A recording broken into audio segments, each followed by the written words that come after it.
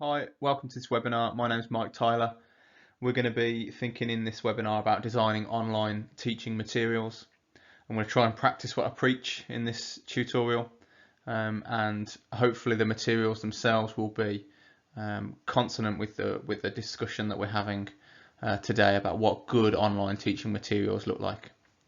So, by way of introduction then, what we're going to be doing during this session is thinking about some of the theory that underlies slide design, presentation design, online material production, and so on.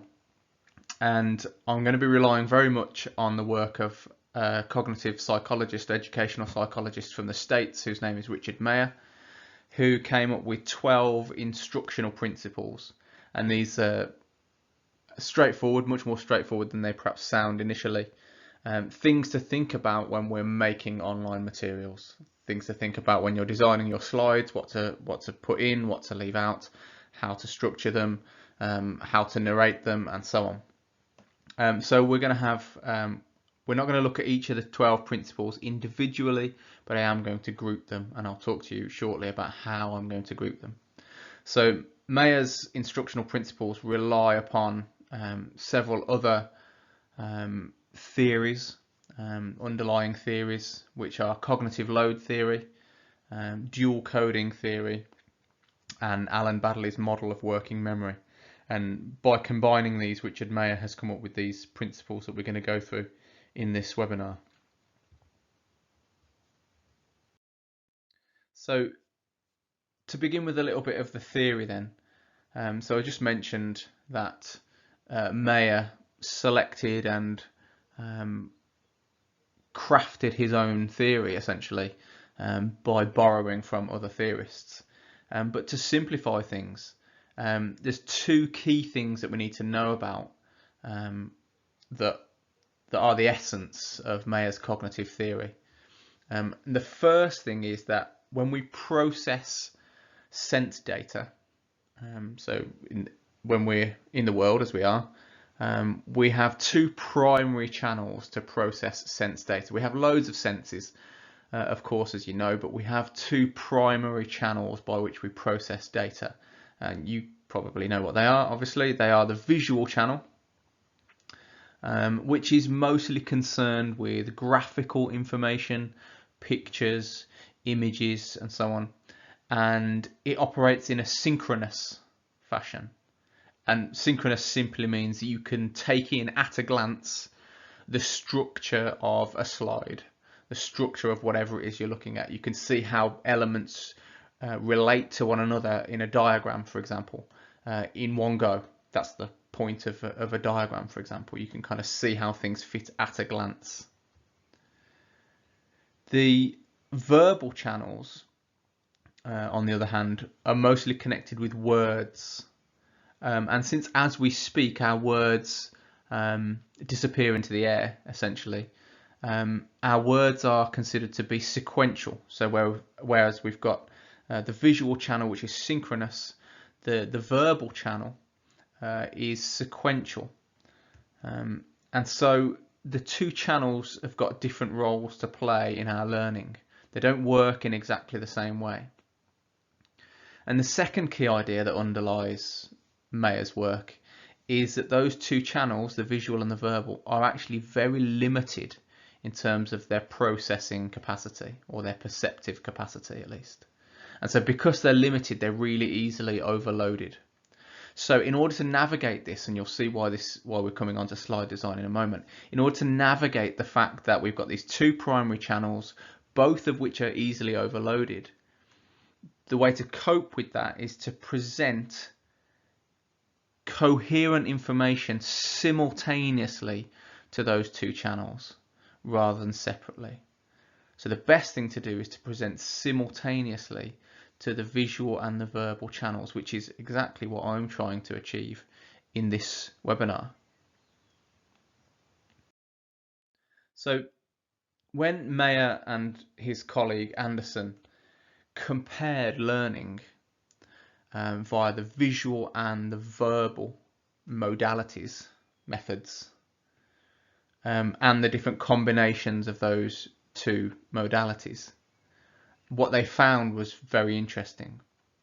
So initially, the visual channel, if we teach just to the visual channel, so there's no narration, no explanation, we just teach to the visual channel, or if we teach just through the spoken word, there are different results. We get different results. We can teach to the visual channel, we can teach solely to the verbal channel, and we can also teach to them together. And that togetherness is what is called dual coding.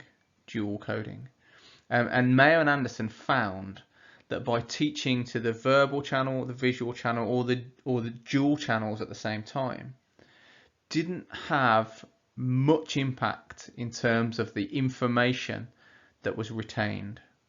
So they were all relatively similar in terms of the amount of information that could be retained by the learners. So the information that was visually presented or verbally presented or dual coded didn't have too much difference in terms of how much the learners could retain. So retrieval, retention, not that much different. However, and this is the key thing about Mayer's theory, and it's important for us as teachers and educators when we want our students not to simply be able to regurgitate facts or to just simply to retain facts for the sake of retaining facts, but we want them to retain them so that they can do something with them. What Mayo and Anderson found is due to the fact that when the visual and the verbal channels are being are perceiving simultaneously and are processing simultaneously, there are connections that are made between the two channels which appear to allow for better learning, for more comprehensive and, I guess for want of a better term, deeper learning. So those referential connections made between the visual and the verbal channels that are learned and only acquired via dual coded materials could be shown to be far better than simply teaching to the visual or simply teaching to the verbal channels when it comes to transfer. And so transfer is obviously critical when we want to take that information, that data, that retained knowledge and apply it in new contexts. We want to transfer it, we want to use it in problem solving and so on. And also, really importantly, if we want to do anything that's remotely creative. So the way that we structure our teaching is really important then.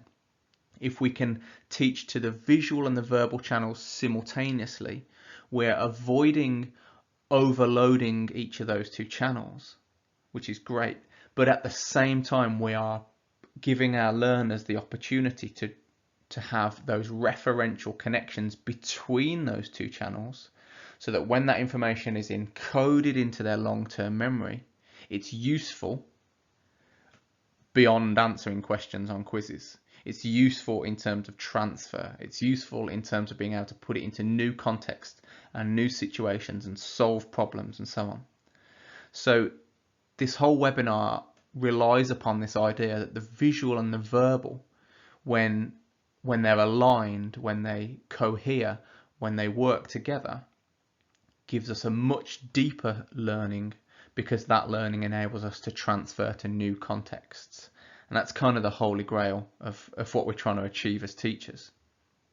So what Mayer did was took this theory and developed 12 principles of how to make your slides, how to make your online learning materials more effective based on his understanding of working memory.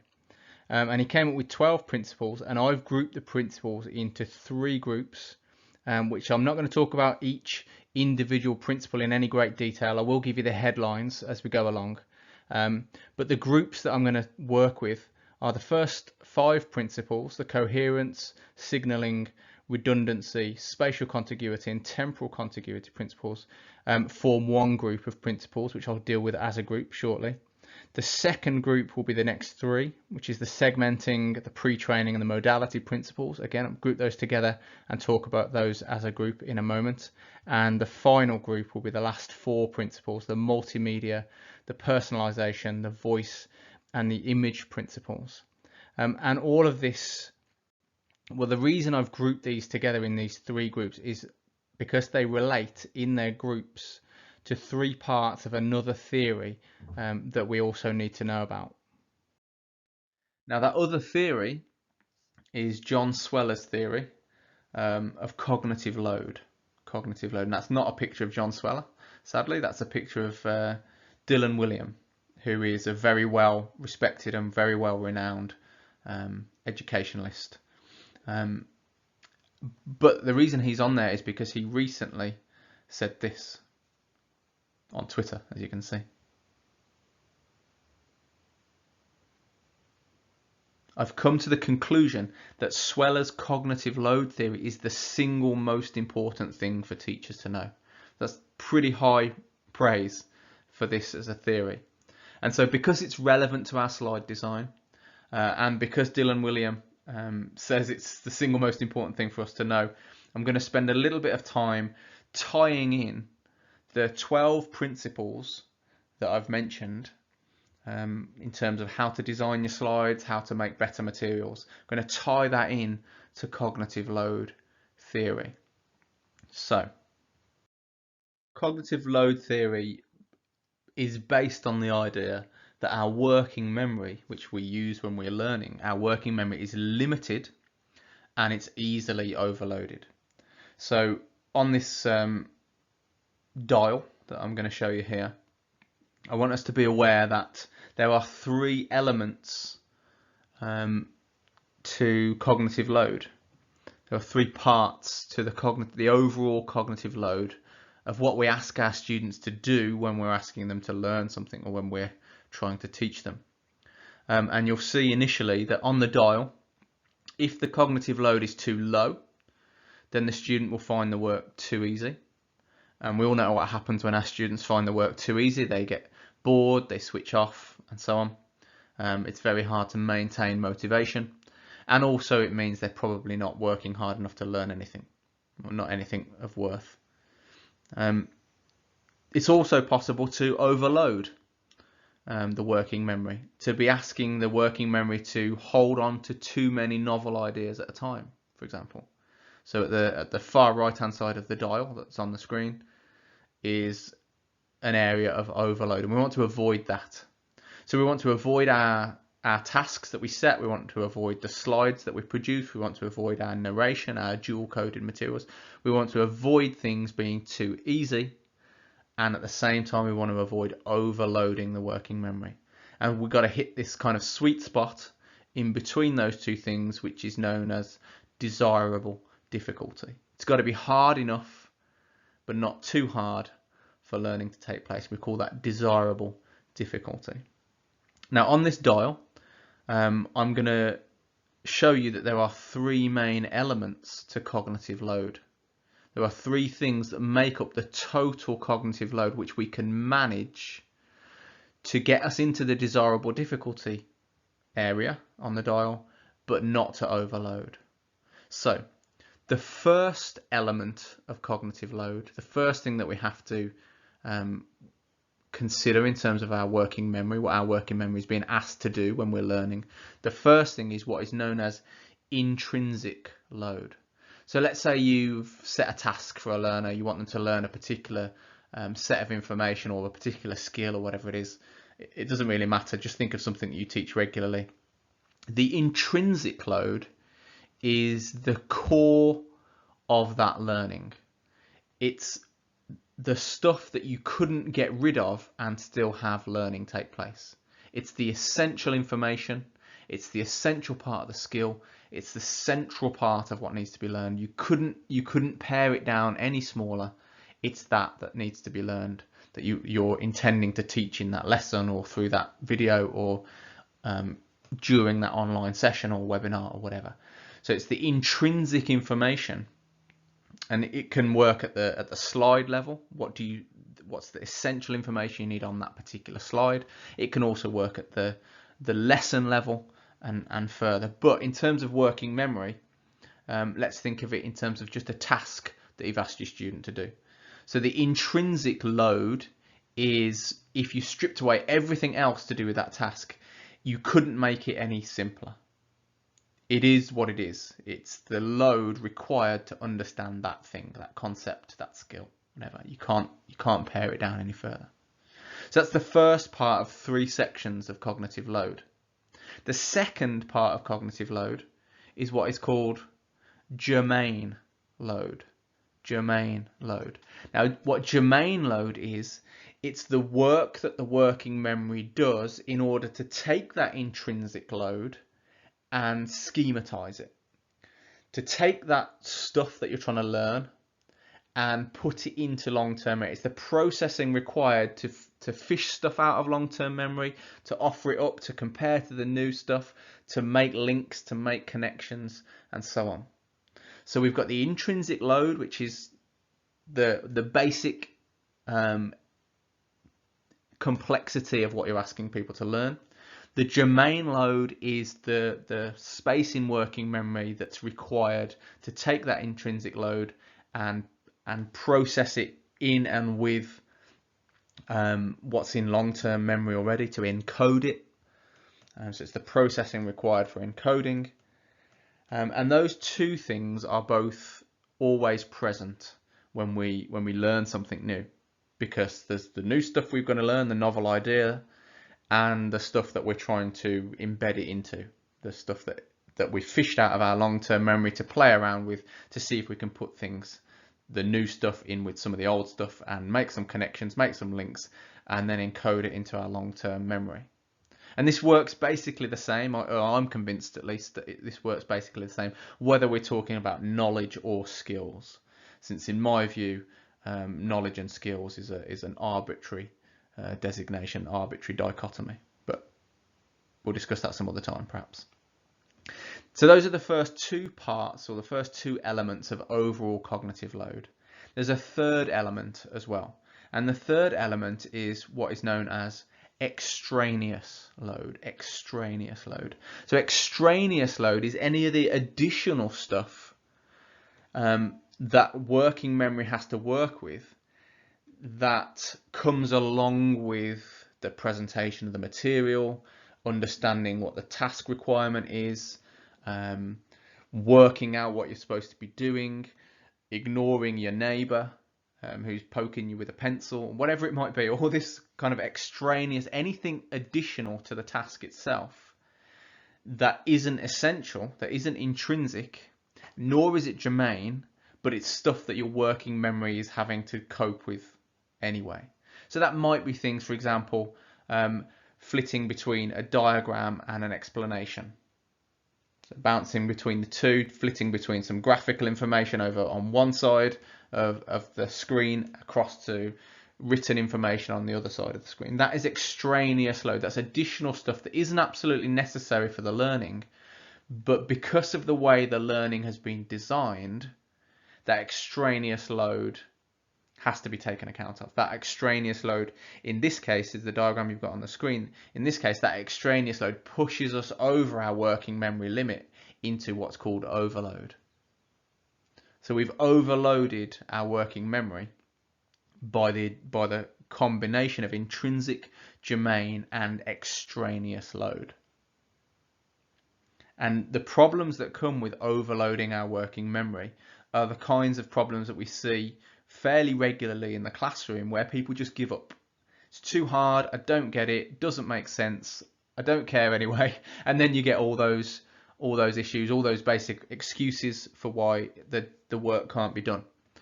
So it's important, sometimes students just make excuses, that's true, but it's also important to ensure that the tasks that we're giving them are doable, and that they're not overloading working memory, nor are they too easy, but are hitting, as I said earlier, hitting the desirable difficulty sweet spot in between. So there's several things that we can do, and the reason we're talking about this is because Mayer's 12 principles that I'm about to work through with you help us to influence these 3 different elements of cognitive load. So what we're going to do in just a moment is I'm going to talk through some principles for slide design and presentation that will minimize the extraneous load and hopefully, therefore, instead of pushing us into overload, if we can minimize extraneous load, which will always be there, of course, but if we can minimize it, we might be able to get into that desirable difficulty zone. And then we've got learning happening at the right level for our student. So if we can minimize extraneous load, we're heading in the right direction in terms of the structure of the work we're asking our students to do. So we can minimize extraneous load through a whole range of means. And the first 5 of Mayer's 12 principles help us to understand how we can minimize extraneous load. So this is the point where we're going to move from theory to practical, and I'm going to give you some practical things that you can do in terms of your slide design and your presentations to ensure that the extraneous load of the tasks you're setting is as small as possible. So when it comes to extraneous load, the whole focus in terms of extraneous load is to try and minimize extraneous load in order to focus attention. We want to get rid of anything that the students might focus their attention on that isn't the task at hand. Anything that might distract them from the information or the knowledge or whatever it is that we're teaching them, anything that distracts them or causes them to move their focus from that thing is extraneous and should be got rid of. So Mayer's principles, the first 5 of Mayer's 12 principles are as follows. The first one is the coherence principle, which just means, and there's a pair of scissors there, to show that you should just cut out anything that's not relevant. If you've got a cat picture on there, or your background is a nice picture of Venice, or I don't know what it might be, but just get rid of it. It's not necessary. If it doesn't directly relate to the intrinsic load of the task, then get rid of it. It's just adding to the extraneous load, and by adding to extraneous load, you're risking overloading the working memory of your students. So get rid of it if it's not relevant, even if it looks lovely. Get rid of it. Secondly, the second principle is the signaling principle, which means to highlight the key information and highlight how it relates to other key information on the screen or in the presentation. So that can be helpfully done with diagrams, for example. You can also do it in other ways. You can highlight keywords. Ideally, you won't have much text on your slides anyway, but if you have got a sentence here or there, highlight the key ideas within the sentence or the keywords within the sentence. That's a good way of signaling attention to focus on a particular thing, minimizing the extraneous load that's pulling attention in other directions. So whatever is essential, highlight it and highlight how it relates to other ideas that you've been talking about or other ideas on the same slide. So you might include a diagram of a hierarchy, for example. If you're talking about, if you're a business teacher and you're talking about hierarchical organizations, you might put a diagram of an organization as a hierarchical diagram, and then you might put a circle round whichever level you're talking about at that moment in time, and then remove it and circle the next level when you're talking about that, and so on. So you're highlighting how the information links together so your students know what they're supposed to be focusing on at any given time. The next principle is the redundancy principle, which says that you should use graphics and narration over those graphics rather than graphics, narration and printed text. So don't have graphics and narration and printed text, because again, you're adding to the extraneous load. It's not necessary. You're overloading those 2 channels that we talked about earlier. So don't overload. Graphics are great, but if you're using graphics, you should narrate your graphics rather than having graphics and a bunch of text and then talk over the top of it as well. There's no way that the cognitive architecture of the human brain can cope with that.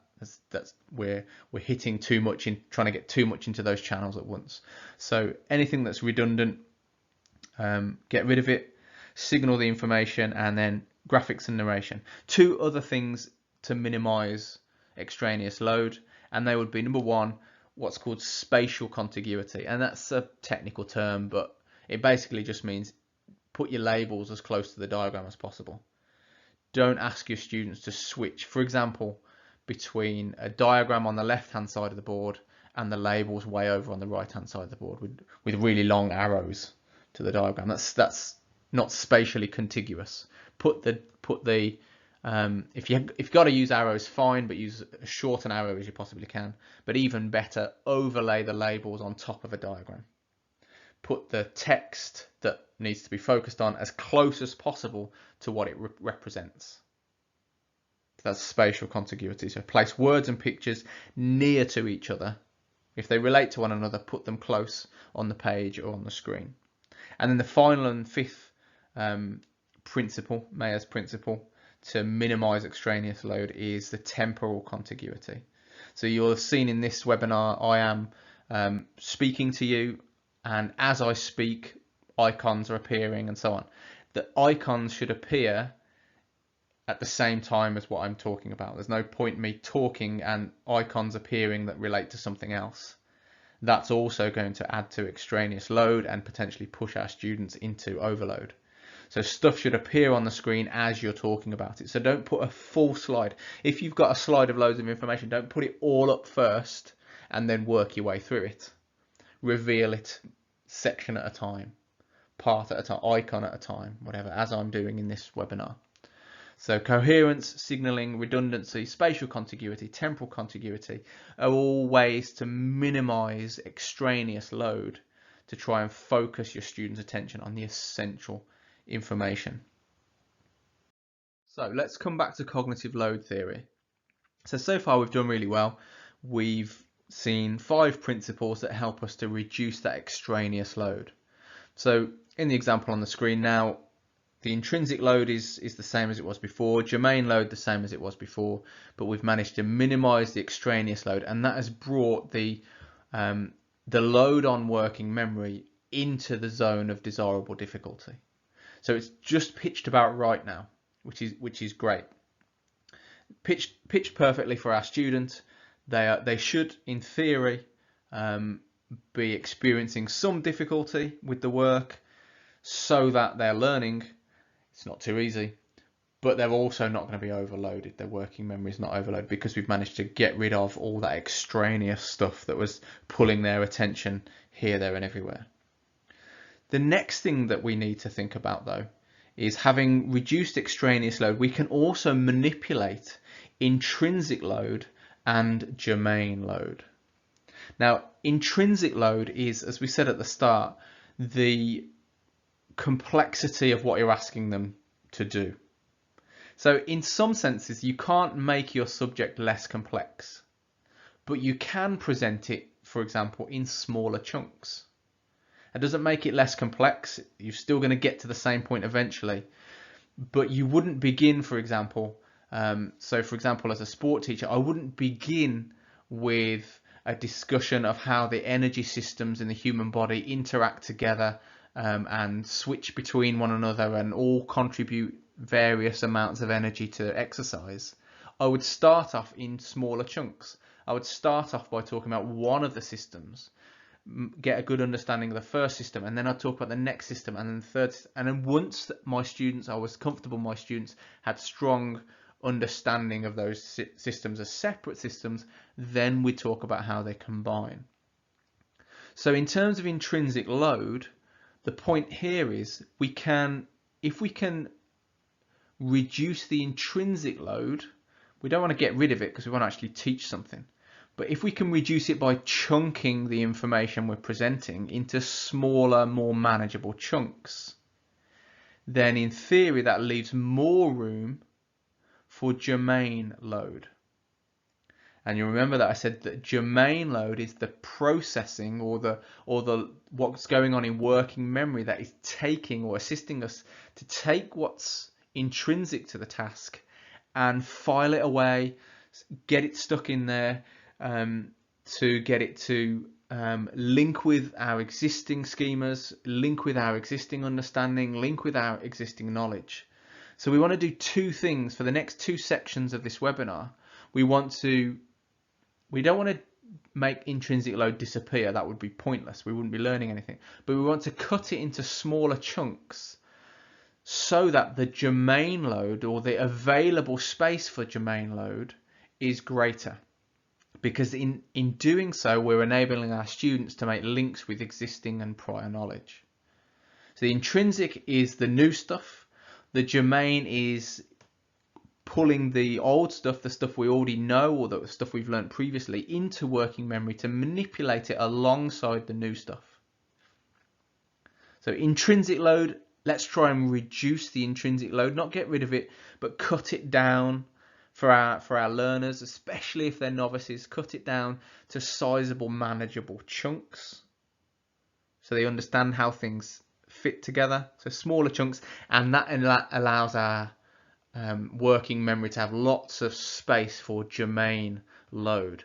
So that's the working with information that's already tucked away in our long-term memory, pulling it into working memory and offering up the new stuff against the old stuff, and coming up with some new links, some new ideas, and so on. So germane load is really important, and we'll come to that thirdly. So we've minimized extraneous load. Next thing we want to do is we want to reduce intrinsic load. And then after that, thirdly, in a moment, we'll talk about how we're going to increase germane load. So how do we go about reducing intrinsic load? So it's not possible to simplify the content, but it is possible to chunk it into smaller chunks. And that's essentially what we need to do to reduce intrinsic load. So intrinsic load has to be managed to allow processing. Managed to allow processing. Our working memory is filled up quickly. We don't want to fill it up with too much intrinsic load. So just as we don't want too much extraneous load because that'll overload us, we also don't want too much intrinsic load because that will overload us as well. That's why we don't teach nuclear physics to 5-year-olds. That's too much intrinsic load. We need to chunk it, we need to split it, we need to sequence it, we need to partition it and go piece at a time in a sensible order. So this is why I mentioned at the start that part of planning good online materials is to sequence things properly. So what are the principles, Mayer's principles? So let's go practical now. What are the principles that we need to think about when we're trying to manage the intrinsic load? The first thing is to segment what we want to teach. Split things up. Now, ideally, in a curriculum, we all have a curriculum to teach. Ideally, we can split that up into sensible chunks. We don't want to go too fast. We don't want to go too slow. We don't want to try and cram too much into a lesson. We've all, as teachers, been in lessons where we've tried to cover too much and it just falls apart. We've also been in lessons where we haven't got enough and we're not moving on quickly enough or whatever. We're not giving enough intrinsic load and the students fall asleep because it's boring, it's too easy. So segmenting is, and this requires a very much a professional understanding of how the curriculum fits together, how your subject, you're the expert in your subject, you know how stuff fits together, you know what to start with and what to move on to, and so use that knowledge to break things into sensible chunks. So segment these sections and work out how those sections will be built upon in later lessons or in later phases of your curriculum. So segment first, present things ideally in user-paced segments rather than a whole load of stuff together, and that's going to help us reduce intrinsic load. This webinar is not ideal, in fact, in terms of segmenting. It would have been better perhaps to have several shorter videos, maybe one on Mayer's theory, then one on cognitive load, and then one on Mayer's principles, for example. But there are certain constraints that obviously we all have to work in. But the theory still holds. As much as possible, can you segment the information, the intrinsic information, the intrinsic load of what you're trying to teach, split it up. Second thing, is it possible for you to do some pre-training? So this is if you know what's coming up in your next lesson, for example, can you give some hints? Can you let students know what's coming up? Can you give them some small nuggets of information at the end of one lesson that will help them in the next lesson? Can you give some kind of pre-training?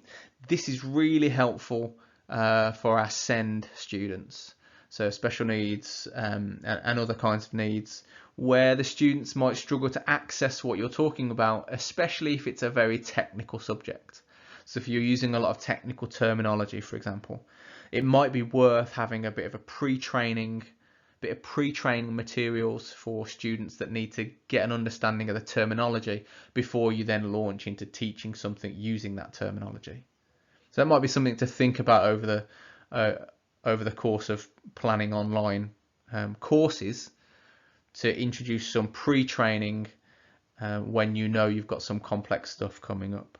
So give some pre-training in the names and the characteristics of the key components that then later on you'll talk about. And that obviously links with the segmenting principle as well. Another key principle here for managing intrinsic load is to always remember what we talked about at the start, is that modality is really helpful. So try and use graphics and narration, so the visual and the verbal, rather than graphics and printed text. Because printed text, if you're asking a student to read printed text from a slide, they are already using the visual and the verbal channels to do that. So to ask someone to read printed text and give them graphs to look at is too much, because printed text needs to be accessed initially visually before then it's converted internally to verbal and then processed verbally. So printed text uses both modalities already. So ideally, as I'm trying to do in this presentation, in this webinar, in terms of modalities, use graphics and narration. So speak over what's on the slide. And this holds true in live lessons as well.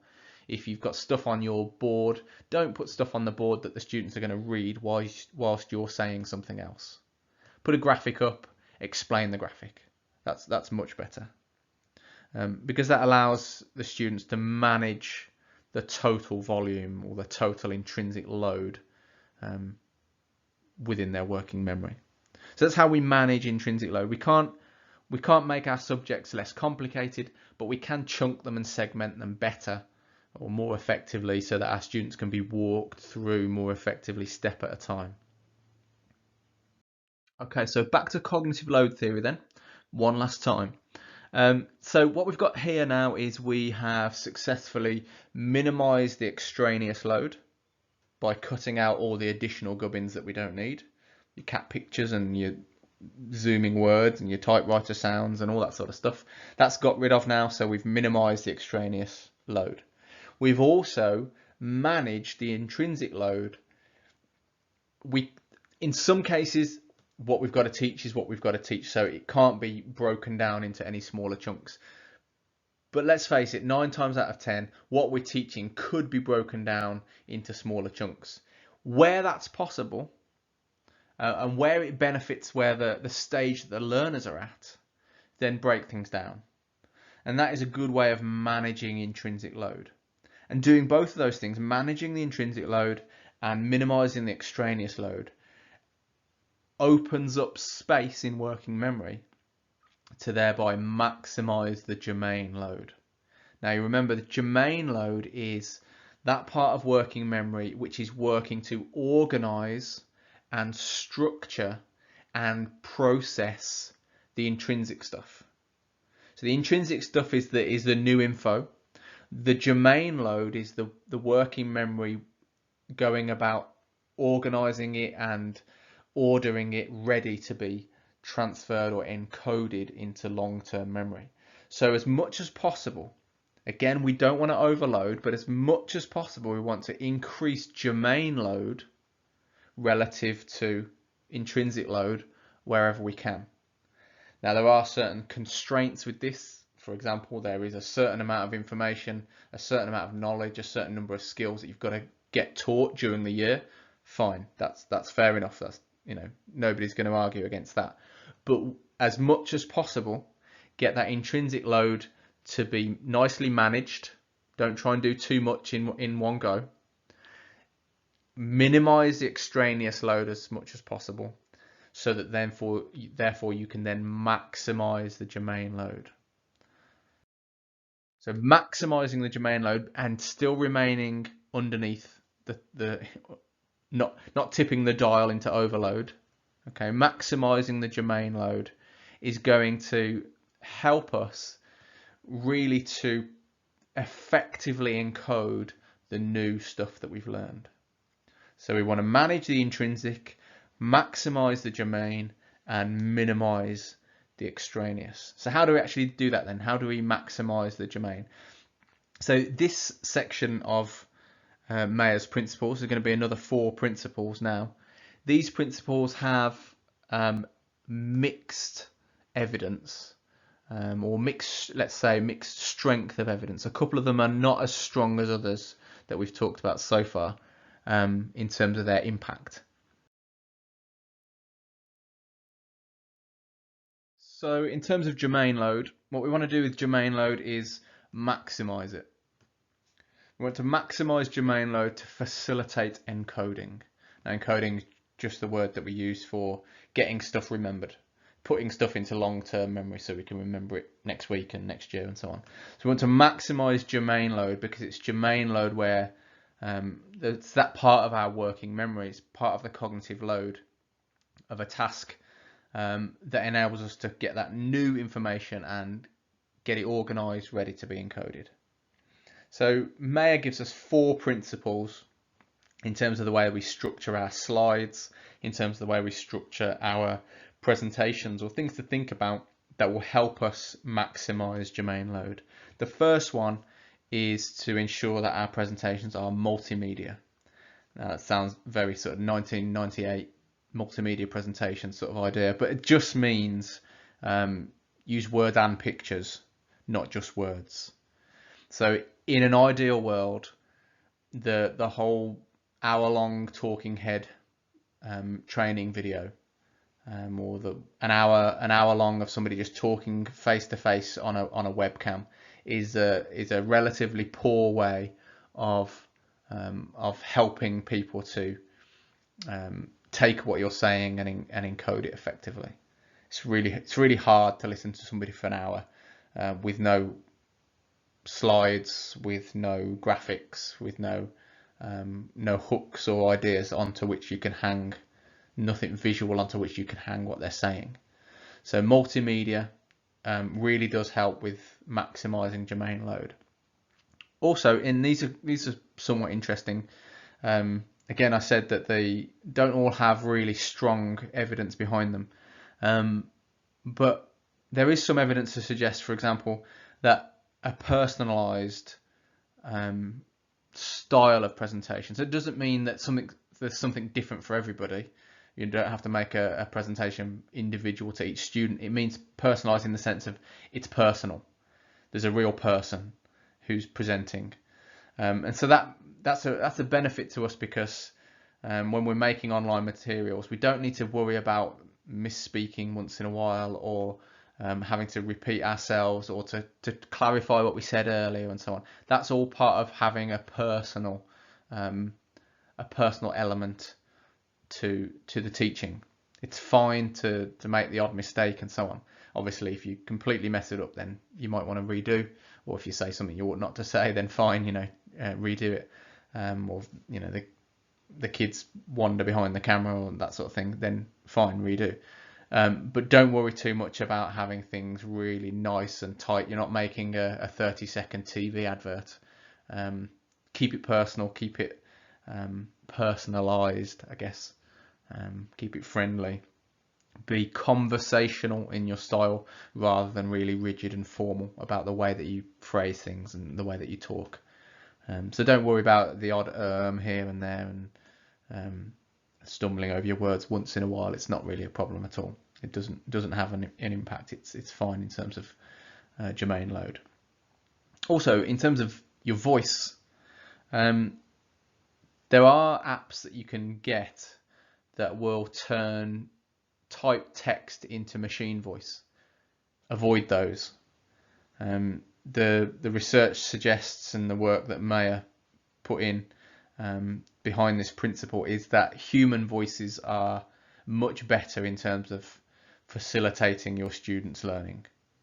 So avoid using a machine voice if you can, and speak in a friendly voice, speak in your own voice. Again, similar to the personalization principle, Don't worry too much if you stumble over the odd word here or there.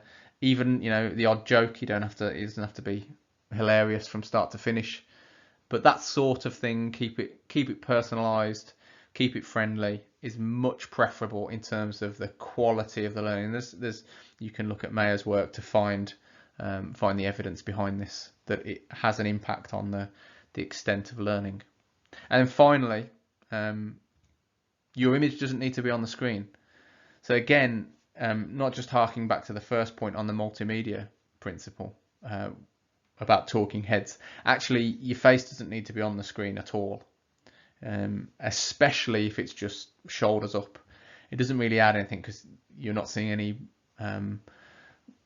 movements of gestures and so on, which is why, of course, that my image is not on the screen now, because it doesn't add anything. Plus, I could do with a haircut.